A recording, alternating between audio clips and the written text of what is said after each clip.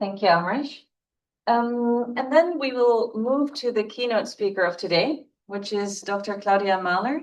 Claudia Mahler is a senior researcher in the field of economic, social, and cultural rights for the German Institute for Human Rights since 2010.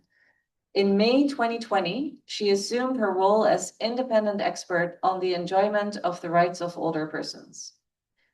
The role of the independent expert is to assess and monitor the human rights situation of older persons, provide recommendations to states and the Human Rights Council on effective measures to ensure dignity, autonomy, participation, and non-discrimination of older persons, to raise awareness and to promote dialogue.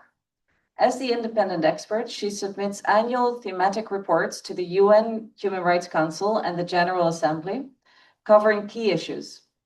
This year, Dr. Mahler will submit her report on older persons in armed conflict and peace building. Today, Claudia Mahler will deliver the keynote speech of this symposium on the healthcare rights and needs of older people and humanitarian crises.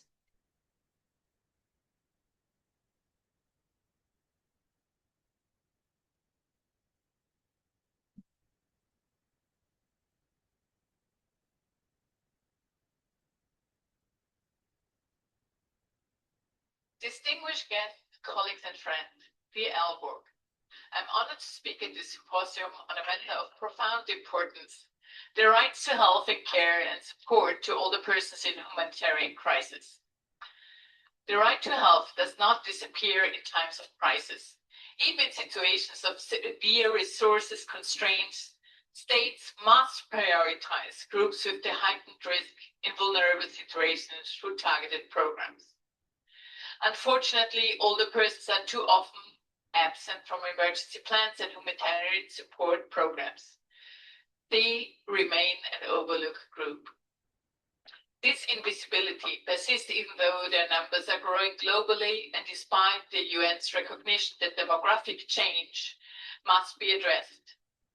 As long as older persons are not systematically included in data collection, they will remain invisible.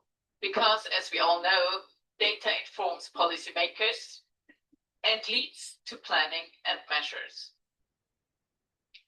It is also important to remember that older persons are not a homogeneous group. They hold diverse identities, gender, disabilities, socioeconomic background, ethnicity, and more, and also different age. Each individual faces unique challenges in emergencies. So why are older persons still often unseen? I guess we come to the same conclusion. It is a question of ageism. Ageism is not only about stereotypes. It leads to a form of structural discrimination. It assumes that older lives are lesser value, and this mindset directly translates into unequal treatment and neglect in later lives. In humanitarian crisis, ageism has particularly devastating effects. It can determine who receives life-saving care, whose needs are counted in assessments, and ultimately, whose lives are protected. Older persons are facing more barriers in humanitarian crisis. Access to information is one of the first ones. Timely and understandable communication is a lifeline during conflict. Yet in many cases, information about evacuation or humanitarian aid and medical aid is disseminated online only, leaving those without access or digital literacy uninformed. In Ukraine, for example, older persons described watching younger neighbors leave with backpacks only to learn much later that evacuation was going on. For them, reaching the departure points on food in time was impossible, and no one came to inform or assist. Therefore, emergency communication strategies must include older persons via radio, community notice board, or through trusted networks. These can be local channels that older persons already rely on in their daily lives, like neighborhood association, religious communities, health workers, or volunteers who regularly check in on older people. Where messages come through people and structures they know and trust, the information is far more likely to reach them in time and be acted upon.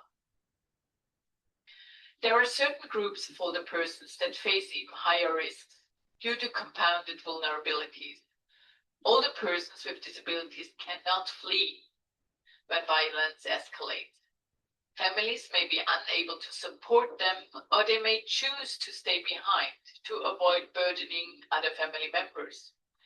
In eastern Ukraine, for example, older persons with mobility issues found themselves cut off from help for days, trapped in their apartments without electricity, without heat, or secure shelter.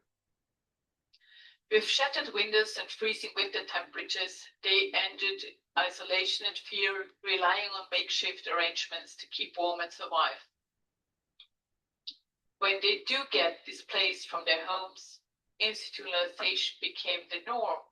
In some regions in Ukraine, over 80% of institutionalized adults were over 60 years old. Moreover, older women face high risk of sexual and gender-based violence, and are often excluded from decision-making processes and aid distribution. In Sudan and elsewhere, rape has been used as a weapon of war, with no age spared.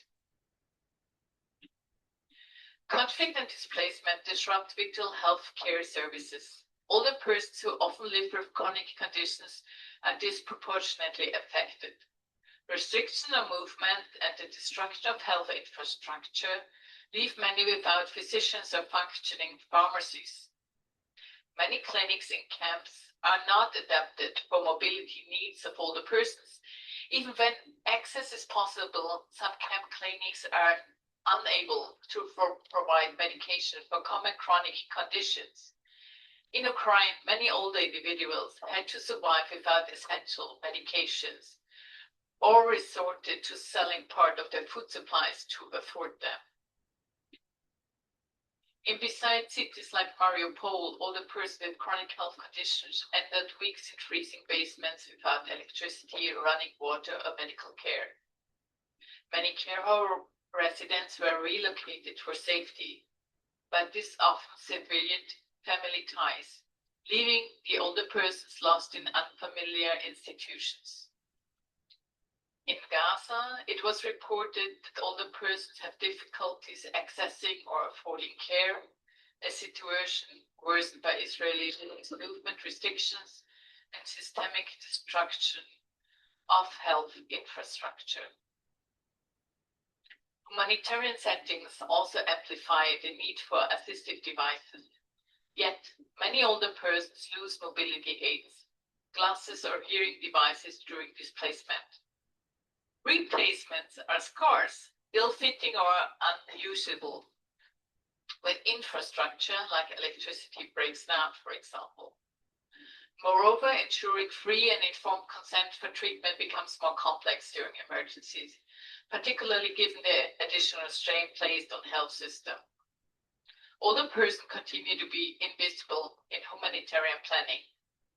They are overlooked in evacuation plans and left without essential medication and treatment. In every setting, especially in emergencies, older persons remain rights holders. It must be ensured that emergency communication reaches them and that they have access to health care. There is no place for ageism in humanitarian decision-making. I thank you for your attention, and I also would like to thank you that you're taking up this topic for the International Day of Older Persons. I greet you from New York. I would love to be with you today in person, but unfortunately it did not work out. Thank you so much for having me.